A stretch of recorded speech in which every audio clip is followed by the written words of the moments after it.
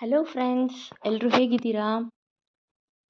ಪನ್ನೀರಲ್ಲಿ ಏನಾದರೂ ಡಿಫ್ರೆಂಟಾಗಿ ಮಾಡ್ಕೊಂಡು ತಿನ್ನಬೇಕು ಅಂತ ಎಲ್ಲರಿಗೂ ಆಸೆ ಇರುತ್ತಲ್ವ?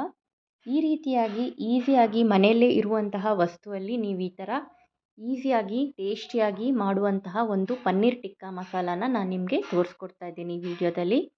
ಈ ವಿಡಿಯೋದನ್ನು ನೋಡ್ತಾ ಇರೋರು, ಹೊಸದಾಗಿ ನೋಡ್ತಾ ಇರೋರು ಪ್ಲೀಸ್ ಸಬ್ಸ್ಕ್ರೈಬ್ ಮಾಡಿಕೊಂಡು ಈ ವಿಡಿಯೋ ಇಷ್ಟ ಆದರೆ ಲೈಕ್ ಮಾಡಿ, ಶೇರ್ ಮಾಡಿ, ಸಪೋರ್ಟ್ ಮಾಡಿ. ಮತ್ತು ಇದನ್ನು ಚಪಾತಿ ಜೊತೆಗೆ, ಅನ್ನದ ಜೊತೆಗೆ ಎಲ್ಲದ್ರ ಜೊತೆಗೂ ಕಾಂಬಿನೇಷನ್ ತುಂಬ ಚೆನ್ನಾಗಿರುತ್ತೆ. ಈಸಿಯಾಗಿ ಕೂಡ ನೀವು ಮಾಡ್ಕೊಳ್ಬೋದು. ಬನ್ನಿ ಇದನ್ನು ಹೇಗೆ ಮಾಡೋದು ಅನ್ನೋದನ್ನು ನಾನು ತೋರಿಸ್ಕೊಡ್ತೀನಿ. ಬನ್ನಿ. ಇವಾಗ ಇದಕ್ಕೆ ನಾನು ಒಂದು ಪಾತ್ರೆ ತೊಗೊಂಡಿದ್ದೀನಿ. ಇದರಲ್ಲಿ ನಾನು ಕಡಲೆ ಹಿಟ್ಟು 1.5 ಟೀ ಸ್ಪೂನ್ ಆಗುವಷ್ಟು ಕಡಲೆ ಹಿಟ್ಟನ್ನು ಸೇರಿಸ್ಕೊಂಡಿದ್ದೀನಿ.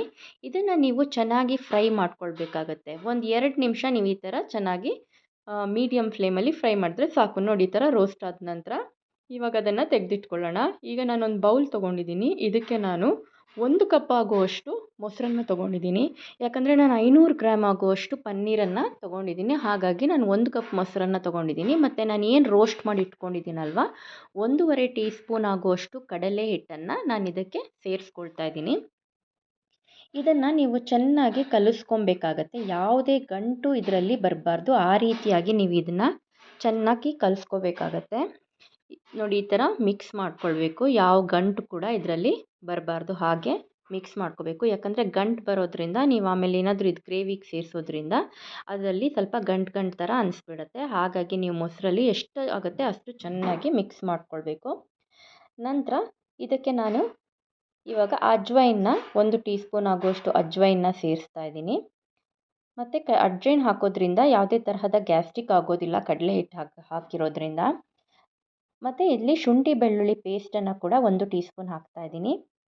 ರೆಡ್ ಚಿಲ್ಲಿ ಪೌಡರನ್ನು 1 ಟೀ ಸ್ಪೂನ್ ಹಾಕ್ತಾಯಿದ್ದೀನಿ. ಟರ್ಮರಿಕ್ ಪೌಡರನ್ನು 1 ಟೀ ಸ್ಪೂನ್ ಹಾಕ್ತಾಯಿದ್ದೀನಿ. ಮತ್ತು ನಾನಿಲ್ಲಿ 1 ಟೀ ಸ್ಪೂನ್ ಆಗುವಷ್ಟು ಪೆಪ್ಪರ್ ಪೌಡ್ರನ್ನು ಕೂಡ ಸೇರಿಸ್ಕೊಳ್ತಾ ಇದ್ದೀನಿ. ಹಾಗೆ 1 ಟೀ ಸ್ಪೂನ್ ಆಗುವಷ್ಟು ಗರಂ ಮಸಾಲನ ಸ್ವಲ್ಪ ಸೇರಿಸ್ತಾ ಇದ್ದೀನಿ. ಮತ್ತು 1 ಟೀ ಸ್ಪೂನ್ ಆಗುವಷ್ಟು ಧನಿಯಾ ಪೌಡರನ್ನು ಕೂಡ ಸೇರಿಸ್ಕೊಳ್ತಾ ಇದ್ದೀನಿ. ಎಲ್ಲ ತರಹದ ಮಸಾಲೆಗಳನ್ನು ಇದಕ್ಕೆ ಸೇರಿಸ್ಕೋಬೇಕು. ಮತ್ತು ಅರ್ಧ ಟೀ ಸ್ಪೂನ್ ಆಗುವಷ್ಟು ಜೀರಿಗೆ ಪೌಡ್ರನ್ನು ಕೂಡ ಸೇರಿಸ್ಕೊಳ್ತಾ ಇದ್ದೀನಿ. ಈಗ ನಾನಿಲ್ಲಿ 1 ನಿಂಬೆಹಣ್ಣಲ್ಲಿ ಅರ್ಧ ನಿಂಬೆಹಣ್ಣನ್ನು ಈ ಥರ ನೀಟಾಗಿ ಸ್ಕ್ವೀಸ್ ಮಾಡ್ಕೊಳ್ಬೇಕಾಗತ್ತೆ. ನಂತರ ನೋಡಿ, ಇವಾಗ ಈ ಮಸಾಲೆಗಳನ್ನು ಚೆನ್ನಾಗಿ ನೀವು ಕಲಿಸ್ಕೊಬೇಕು. ಯಾವುದೇ ತರಹದ ಗಂಟು ಇಲ್ಲದೆ ಥರ ಚೆನ್ನಾಗಿ ಒಂಥರ ಸಾಫ್ಟಾದ ಸ್ಮೂತಾದ ಪೇಸ್ಟ್ ಆಗೋವರೆಗೂ ನೀವು ಇದನ್ನು ಕಲಿಸ್ಕೋಬೇಕಾಗತ್ತೆ. ತುಂಬ ಈಸಿಯಾಗಿ ಮಾಡ್ಕೋಬೋದು ಈ ರೆಸಿಪಿನ. ಇದೊಂದು ಪೇಸ್ಟ್ ನೀವು ಮಾಡಿಕೊಂಡ್ರೆ ಸಾಕು, ಅಷ್ಟೇ. ಆಮೇಲೆ ಏನು ತುಂಬ ಕಷ್ಟವಾದ ಪ್ರೊಸೀಜರೇ ಇರೋದಿಲ್ಲ ಇದರಲ್ಲಿ. ನೀವು ನೋಡಿ ಲಾಸ್ಟ್ವರೆಗೂ ನೋಡಿದ್ರೆ ನಿಮಗೆ ಅರ್ಥ ಆಗುತ್ತೆ. ಮತ್ತು ನಾನಿಲ್ಲಿ ಸ್ವಲ್ಪ ಬಿಸಿ ಮಾಡ್ಕೊಂಡಿರೋ ಎಣ್ಣೆನ ಇದಕ್ಕೆ ಸೇರಿಸ್ಕೊಳ್ತಾ ಇದ್ದೀನಿ. ತಣ್ಣಗಿರೋ ಎಣ್ಣೆಗಿಂತ ಬಿಸಿಯಾಗಿರೋ ಎಣ್ಣೆ ಒಳ್ಳೆಯದು ಇದಕ್ಕೆ. ಸ್ವಲ್ಪ ಬಿಸಿ ಮಾಡಿಕೊಂಡು ಅದನ್ನು ಇದಕ್ಕೆ ಸೇರಿಸ್ಕೊಳ್ಳಿ. 2 ಟೀ ಸ್ಪೂನ್ ಆಗುವಷ್ಟು ಎಣ್ಣೆನ ಸೇರಿಸ್ಕೊಂಡಿದ್ದೀನಿ. ನೋಡಿ, ಯಾವ ರೀತಿಯಾದಂತಹ ಸಾಫ್ಟಾಗಿ ಸ್ಮೂತ್ ಆದಂತಹ ಪೇಸ್ಟ್ ಇವಾಗ ರೆಡಿಯಾಗಿದೆ. ಯಾವುದೇ ಗಂಟು ಕೂಡ ಇದರಲ್ಲಿಲ್ಲ. ಮತ್ತು ಇದಕ್ಕೆ ಸ್ವಲ್ಪ ನಾವು ಉಪ್ಪನ್ನು ಸೇರಿಸ್ಕೊಳ್ಳೋಣ. ನಾನಿಲ್ಲಿ 1 ಟೀ ಸ್ಪೂನ್ ಆಗುವಷ್ಟು ಉಪ್ಪನ್ನು ಸೇರಿಸ್ಕೊಂಡಿದ್ದೀನಿ. ಅದಿವಾಗ ಸೈಡಲ್ಲಿ ಇಟ್ಕೊಳ್ಳೋಣ. ಒಂದು ಮ್ಯಾರಿನೇಟ್ ಮಾಡೋದಕ್ಕೋಸ್ಕರ ನಾನಿಲ್ಲಿ ಪನ್ನೀರನ್ನು ತೊಗೊಂಡಿದ್ದೀನಿ. ನಾನು 500 ಗ್ರಾಮ್ ಆಗುವಷ್ಟು ಪನ್ನೀರನ್ನು ಇಲ್ಲಿ ನಾನು ತೊಗೊಂಡಿದ್ದೀನಿ. ಮತ್ತು ನಾನಿಲ್ಲಿ 3 ತರಹದ ಕಟ್ ಮಾಡಿ ಇಟ್ಕೊಂಡಿದ್ದೀನಿ ವೆಜಿಟೇಬಲ್ಸ್ನ. ನಾನಿಲ್ಲಿ ಫಸ್ಟು ಚಿಕ್ಕದಾಗಿ ಹೇಗೆ ನಾವು ನೂಡಲ್ಸ್ಗೆಲ್ಲ ಸ್ಲೈಸ್ ಮಾಡಿ ಇಟ್ಕೊತೀವಿ ಅದೇ ಥರ ನೀವು ಈ ಥರ ಮಾಡ್ಕೊಳ್ಬೇಕಾಗತ್ತೆ. ಬಿಡಿಸ್ಕೋಬೇಕು ಈರುಳ್ಳಿನ. ನೋಡಿ, ಈ ಥರ ಪೀಸಸನ್ನು. ನೆಕ್ಸ್ಟು ಟೊಮೊಟೊ ಕೂಡ ಅದೇ ರೀತಿಯಾಗಿ ನೀವು ಕಟ್ ಮಾಡ್ಕೊಳ್ಳಿ. ಯಾಕಂದರೆ ನೋಡೋದಕ್ಕೂ ಚೆನ್ನಾಗಿರುತ್ತೆ, ತಿನ್ನೋಬೇಕಾದ್ರೂ ಅದ್ರ ಟೇಸ್ಟ್ ಕೂಡ ತುಂಬ ಚೆನ್ನಾಗಿ ಬರುತ್ತೆ. ಮತ್ತು ಕ್ಯಾಪ್ಸಿಕಮ್ 1 ತೊಗೊಂಡಿದ್ದೀನಿ. ಅದನ್ನು ಕೂಡ ಈ ರೀತಿಯಾಗಿ ಕಟ್ ಮಾಡ್ಕೊಂಡಿದ್ದೀನಿ. ಇದನ್ನು ಇದಕ್ಕೆ ಸೇರಿಸ್ಕೊಳ್ಳೋಣ ಇವಾಗ. ಮತ್ತು ಯಾವುದು ನಾವು ಸ್ಮೂತ್ ಪೇಸ್ಟ್ ಮಾಡಿ ಇಟ್ಕೊಂಡಿದ್ದೀವಲ್ಲ ಅದನ್ನು ಇದಕ್ಕೆ ಸೇರಿಸ್ಕೊಳ್ತಾ ಇದ್ದೀನಿ. ನೋಡಿ, ಎಲ್ಲದನ್ನು ಇದಕ್ಕೆ ನಾವು ನೀಟಾಗಿ ಸೇರಿಸ್ಕೋಬೇಕು. ಮತ್ತು ಎಲ್ಲದೂ ಕೂಡ ತುಂಬ ತಿಕ್ಕಾಗಿರಬೇಕು. ಯಾವಾಗಲೂ ನೀವು ಮೊಸರು ತೊಗೊಳ್ಬೇಕಾದ್ರೆ ಸ್ವಲ್ಪ ತಿಕ್ಕಾಗಿರೋ ಮೊಸರನ್ನೇ ತೊಗೊಳ್ಳಿ. ಆವಾಗ ನಿಮ್ಗೆ ಈ ಥರ ತಿಕ್ಕ ಪೇಸ್ಟ್ ಬರುತ್ತೆ. ಸ್ವಲ್ಪ ನೀರಾಗಿರೋ ಮೊಸರನ್ನು ತೊಗೊಂಡ್ರೆ ಏನಾಗ್ಬಿಡುತ್ತೆ, ಅದು ಚೆನ್ನಾಗಿ ಅದಕ್ಕೆ ಪನ್ನೀರ್ಗಳಿಗೆ ಈರುಳ್ಳಿಗೆ ಅದೆಲ್ಲ ಚೆನ್ನಾಗಿ ಮಿಕ್ಸ್ ಆಗೋದಿಲ್ಲ. ಹಾಗಾಗಿ ನೀವು ಈ ಥರ ತೊಗೊಳ್ಳಿ. ನೋಡಿ, ಯಾವ ರೀತಿಯಾಗಿ ಎಲ್ಲದಕ್ಕೂ ಚೆನ್ನಾಗಿ ಇದು ಕೂಡ್ಕೊಂಡಿದೆ. ಸ್ವಲ್ಪ ಒಂದು 5 ನಿಮಿಷ ಅಥವಾ 10 ನಿಮಿಷ ಟೈಮ್ ಇದ್ದರೆ ಅದನ್ನು ಚೆನ್ನಾಗಿ ಇಟ್ಬಿಡಿ ಸೈಡಲ್ಲಿ. ಅದು ಚೆನ್ನಾಗಿ ಮ್ಯಾರಿನೇಟ್ ಆದ ನಂತರ ಅಷ್ಟರೊಳಗಡೆ ನಾನಿಲ್ಲಿ ಒಂದು ಟೊಮೊಟೊ ಪ್ಯೂರಿನ ಮಾಡ್ಕೊಳ್ತಾ ಇದ್ದೀನಿ. ಟೊಮೊಟೊನ 3 ಟೊಮೊಟೊ ತೊಗೊಂಡಿದ್ದೀನಿ ನಾನಿಲ್ಲಿ.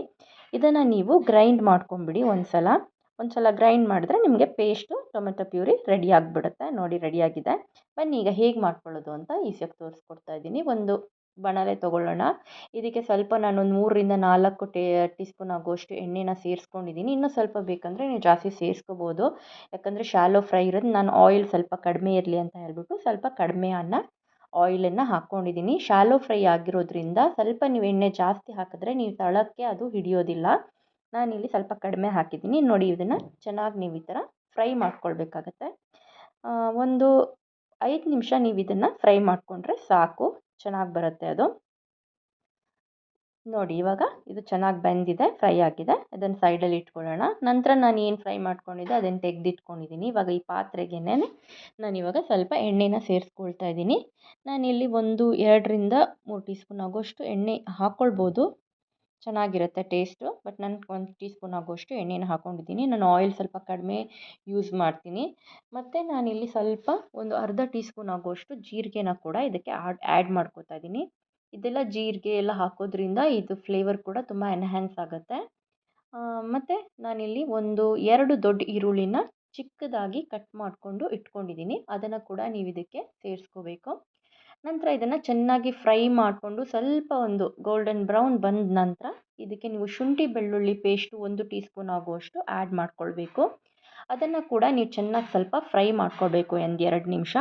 ಚೆನ್ನಾಗಿ ಅದು ಹಸಿ ವಾಸನೆ ಹೋದ ನಂತರ ಈಗ ಸ್ವಲ್ಪ ಸ್ಪೈಸಸನ್ನು ಆ್ಯಡ್ ಮಾಡ್ಕೊಳ್ಳೋಣ. ನಾನು 1 ಟೀ ಸ್ಪೂನ್ ಆಗುವಷ್ಟು ಧನಿಯಾ ಪೌಡರು ಮತ್ತು red chilli powder 1 tea spoon ಆಗುವಷ್ಟು ಹಾಕ್ಕೊಂಡಿದ್ದೀನಿ. ನೀವು ರೆಡ್ ಚಿಲ್ಲಿ ಪೌಡರ್ ಇನ್ನೂ ಸ್ವಲ್ಪ ಜಾಸ್ತಿ ಬೇಕಂದರೂ, ಖಾರ ಸ್ವಲ್ಪ ಜಾಸ್ತಿ ಬೇಕನ್ನೋರು ನೀವು ನಿಮಗೆ ಎಷ್ಟು ಬೇಕು ಅಂತ ನೋಡಿಕೊಂಡು ಇದಕ್ಕೆ ಆ್ಯಡ್ ಮಾಡ್ಕೊಂಬಿಡಿ. ನಾನಿಲ್ಲಿ 1 ಟೀ ಸ್ಪೂನ್ ಆಗುವಷ್ಟು ರೆಡ್ ಚಿಲ್ಲಿ ಪೌಡರನ್ನು ಆ್ಯಡ್ ಮಾಡ್ಕೊಂಡಿದ್ದೀನಿ. ನಂತರ ನಾನಿಲ್ಲಿ ಏನು ಟೊಮೆಟೊ ಪ್ಯೂರಿ ನಿಮಗೆ ತೋರಿಸಿದ್ದೀನಲ್ವ, ಅದೇ ಟೊಮೆಟೊ ಪ್ಯೂರಿನ ಇವಾಗ ಇದಕ್ಕೆ ಸೇರಿಸ್ಕೊಳ್ತಾ ಇದ್ದೀನಿ. ನೋಡಿ 4 ಟೊಮೆಟೊನ ನಾನು ರುಬ್ಬಿಟ್ಕೊಂಡಿದ್ದೀನಿ. ಇದನ್ನು ನೀವು ಚೆನ್ನಾಗಿ ಮಿಕ್ಸ್ ಮಾಡ್ಕೊಳ್ಬೇಕು. ಇದು ಚೆನ್ನಾಗಿ ಬೇಯಬೇಕು. ಯಾಕಂದರೆ ಇದು ಯಾವ ರೀತಿಯಾಗಿ ನಾವು ಮಸಾಲೆನ ಬೇಯಿಸ್ಕೊತೀವಿ ಅದೇ ರೀತಿಯಾಗಿ ಟೇಸ್ಟ್ ಕೂಡ ತುಂಬ ಚೆನ್ನಾಗಿ ಬರುತ್ತೆ. ನಾವು ಎಲ್ಲದನ್ನೂ ಬೇಗ ಹಾಕೋದ್ರಿಂದ ಅದ್ರ ರುಚಿ ಕೂಡ ಕಡಿಮೆ ಆಗಿಬಿಡುತ್ತೆ. ನೋಡಿ ಇವಾಗ ಚೆನ್ನಾಗಿದು ಎಣ್ಣೆ ಬಿಟ್ಟಿದೆ ಸೈಡಲ್ಲೆಲ್ಲ. ಈಗ ನಾನಿವಾಗ ಇದಕ್ಕೆ ಒಂದು ಎಷ್ಟು ಉಪ್ಪು ಬೇಕು ಸಾರಿಗೆ ಅಂತ ನೋಡಿಕೊಂಡು ಅಷ್ಟನ್ನು ನೀವು ಆ್ಯಡ್ ಮಾಡ್ಕೋಬೋದು. ಒಂದು ಅರ್ಧ ಟೀ ಸ್ಪೂನು ಅಥವಾ 3/4 ಟೀ ಸ್ಪೂನ್ ಆಗೋಷ್ಟು ಉಪ್ಪನ್ನು ನೀವು ಇದಕ್ಕೆ ಸೇರಿಸ್ಕೋಬೇಕಾಗತ್ತೆ. ನಂತರ ನೋಡಿ ಇವಾಗ ಚೆನ್ನಾಗಿ ಎಣ್ಣೆ ಬಿಟ್ಟ ನಂತರ ಇದಕ್ಕೆ ಸ್ವಲ್ಪ ನಾವು ನೀರನ್ನು ಆ್ಯಡ್ ಮಾಡ್ಕೊಳ್ಬೇಕು. ನಾನಿಲ್ಲಿ ಒಂದು ಅರ್ಧ ಗ್ಲಾಸ್ ಆಗುವಷ್ಟು ನೀರನ್ನು ಆ್ಯಡ್ ಮಾಡ್ಕೊಂಡಿದ್ದೀನಿ. ಇದು ಚೆನ್ನಾಗಿ ಇವಾಗ ಕುದಿ ಬರಬೇಕಾಗತ್ತೆ. ಅಲ್ಲಿವರೆಗೂ ನಾವು ಇದನ್ನು ಒಂದು ಸ್ವಲ್ಪ ಲಿಡ್ ಕ್ಲೋಸ್ ಬೇಕಂದರೆ ಮಾಡಿ ಇಟ್ಕೋಬೋದು. ಯಾಕಂದರೆ ಒಂದು ಕುದಿ ಬಂದ ನಂತರ ನಾವು ಇದನ್ನು ಮತ್ತು ಮುಂದೆ ಮಾಡಬೇಕಾಗತ್ತೆ. ನೋಡಿ ಇವಾಗ ನಾನಿದು ಚೆನ್ನಾಗಿ ಮಿಕ್ಸ್ ಮಾಡ್ಕೊಳ್ತಾ ಇದ್ದೀನಿ ಫಸ್ಟು. ನಂತರ ಲಿಡ್ಡನ್ನು ಕ್ಲೋಸ್ ಮಾಡಿ ಇಟ್ಟಿದ್ದೀನಿ. ನೋಡಿ ಇವಾಗ ಹೇಗೆ ಕುದಿ ಬರ್ತಾ ಇದೆ ಅಂತ. ಇಷ್ಟು ಕುದಿ ಬಂದರೆ ಸಾಕು ನೀರು. ನಂತರ ನೋಡಿ ಮಸಾಲೆ ಕೂಡ ಸ್ವಲ್ಪ ತೆಳುವಾಗಿದೆ ಇವಾಗ. ಈಗ ನಾನು ಪನ್ನೀರನ್ನು ಯಾವುದನ್ನು ಎಲ್ಲ ಬೇಯಿಸ್ಕೊಂಡು ಇಟ್ಕೊಂಡಿದ್ನಲ್ಲ ಫ್ರೈ ಮಾಡಿ, ಅದನ್ನು ಇದಕ್ಕೆ ನೀಟಾಗಿ ಸೇರಿಸ್ಕೊಳ್ಳೋಣ. ಯಾಕಂದರೆ ಅದು ನಾನು ಒಂದೇ ಸಲ ಹಾಕೋದ್ರಿಂದ ಅಂಟ್ಕೊಂಡಿರುತ್ತೆ. ಹಾಗಾಗಿ ಅದಕ್ಕೆ ನಾನು ಇದನ್ನು ಬಿಡಿಸಿ ಇದಕ್ಕೆ ಸೇರಿಸ್ಕೊಳ್ತಾ ಇದ್ದೀನಿ. ನೋಡಿ ಈ ರೀತಿಯಾಗಿ ದೊಡ್ಡ ಕ್ಯೂಬ್ಸಾಗಿ ಮಾಡಿಕೊಂಡ್ರೇ ತುಂಬ ಟೇಸ್ಟಿಯಾಗಿ ಬರೋದು ಪನ್ನೀರ್ ಟಿಕ್ಕಾ ಯಾವಾಗ್ಲೂ. ಮತ್ತು ನಾನು ಯಾವುದೇ ತರಹದ ಪೌಡರು ಆ ಥರ ಎಲ್ಲ ಏನೂ ಸೇರಿಸಿಲ್ಲ. ಎಲ್ಲ ಕೂಡ ಮನೆಯಲ್ಲಿ ಏನು ಸಿಗುತ್ತೆ ಅದೇ ತರಹದ ಅದನ್ನೇ ನಾನು ಉಪಯೋಗಿಸಿ ಮಾಡಿದ್ದೀನಿ. ತುಂಬ ಚೆನ್ನಾಗಿ ಬರುತ್ತೆ. ಇದನ್ನು ಒಂದು ಸಲ ಈ ರೆಸಿಪಿನ ನೀವು ಟ್ರೈ ಮಾಡಿ ನೋಡಬೇಕು. ಆವಾಗ ನಿಮಗೆ ಗೊತ್ತಾಗುತ್ತೆ. ಮತ್ತು ಈಸಿಯಾಗಿ ಕೂಡ ಮಾಡ್ಕೋಬೋದು. ಚಪಾತಿ ಜೊತೆಗೆ ಇದಂತೂ ನಿಮಗೆ ತುಂಬ ಟೇಸ್ಟ್ ಕೊಡುತ್ತೆ. ಇದನ್ನು ಒಂದು ಸಲ ತಿಂದರೆ ನೀವು ಪದೇ ಮಾಡ್ಕೊಂಡು ತಿಂತೀರಾ, ಅಷ್ಟು ಚೆನ್ನಾಗಿ ಟೇಸ್ಟ್ ಬರುತ್ತೆ. ನೋಡಿ ಇವಾಗ ಪನ್ನೀರ್ ಗ್ರೇವಿ ರೆಡಿಯಾಗಿದೆ. ಇದನ್ನು ಇಷ್ಟ ಆಗಿದರೆ ಈ ರೆಸಿಪಿ ನಿಮಗೆ ಇಷ್ಟ ಆಗಿದ್ದರೆ ಲೈಕ್ ಮಾಡಿ, ಶೇರ್ ಮಾಡಿ ಮತ್ತು ಸಬ್ಸ್ಕ್ರೈಬ್ ಮಾಡ್ಕೊಳ್ಳೋದನ್ನು ಮರಿಬೇಡಿ ಫ್ರೆಂಡ್ಸ್. ಮತ್ತು ಸಪೋರ್ಟ್ ಮಾಡಿ ನನ್ನ ಚಾನೆಲ್ಗೆ. Thank you for watching this video.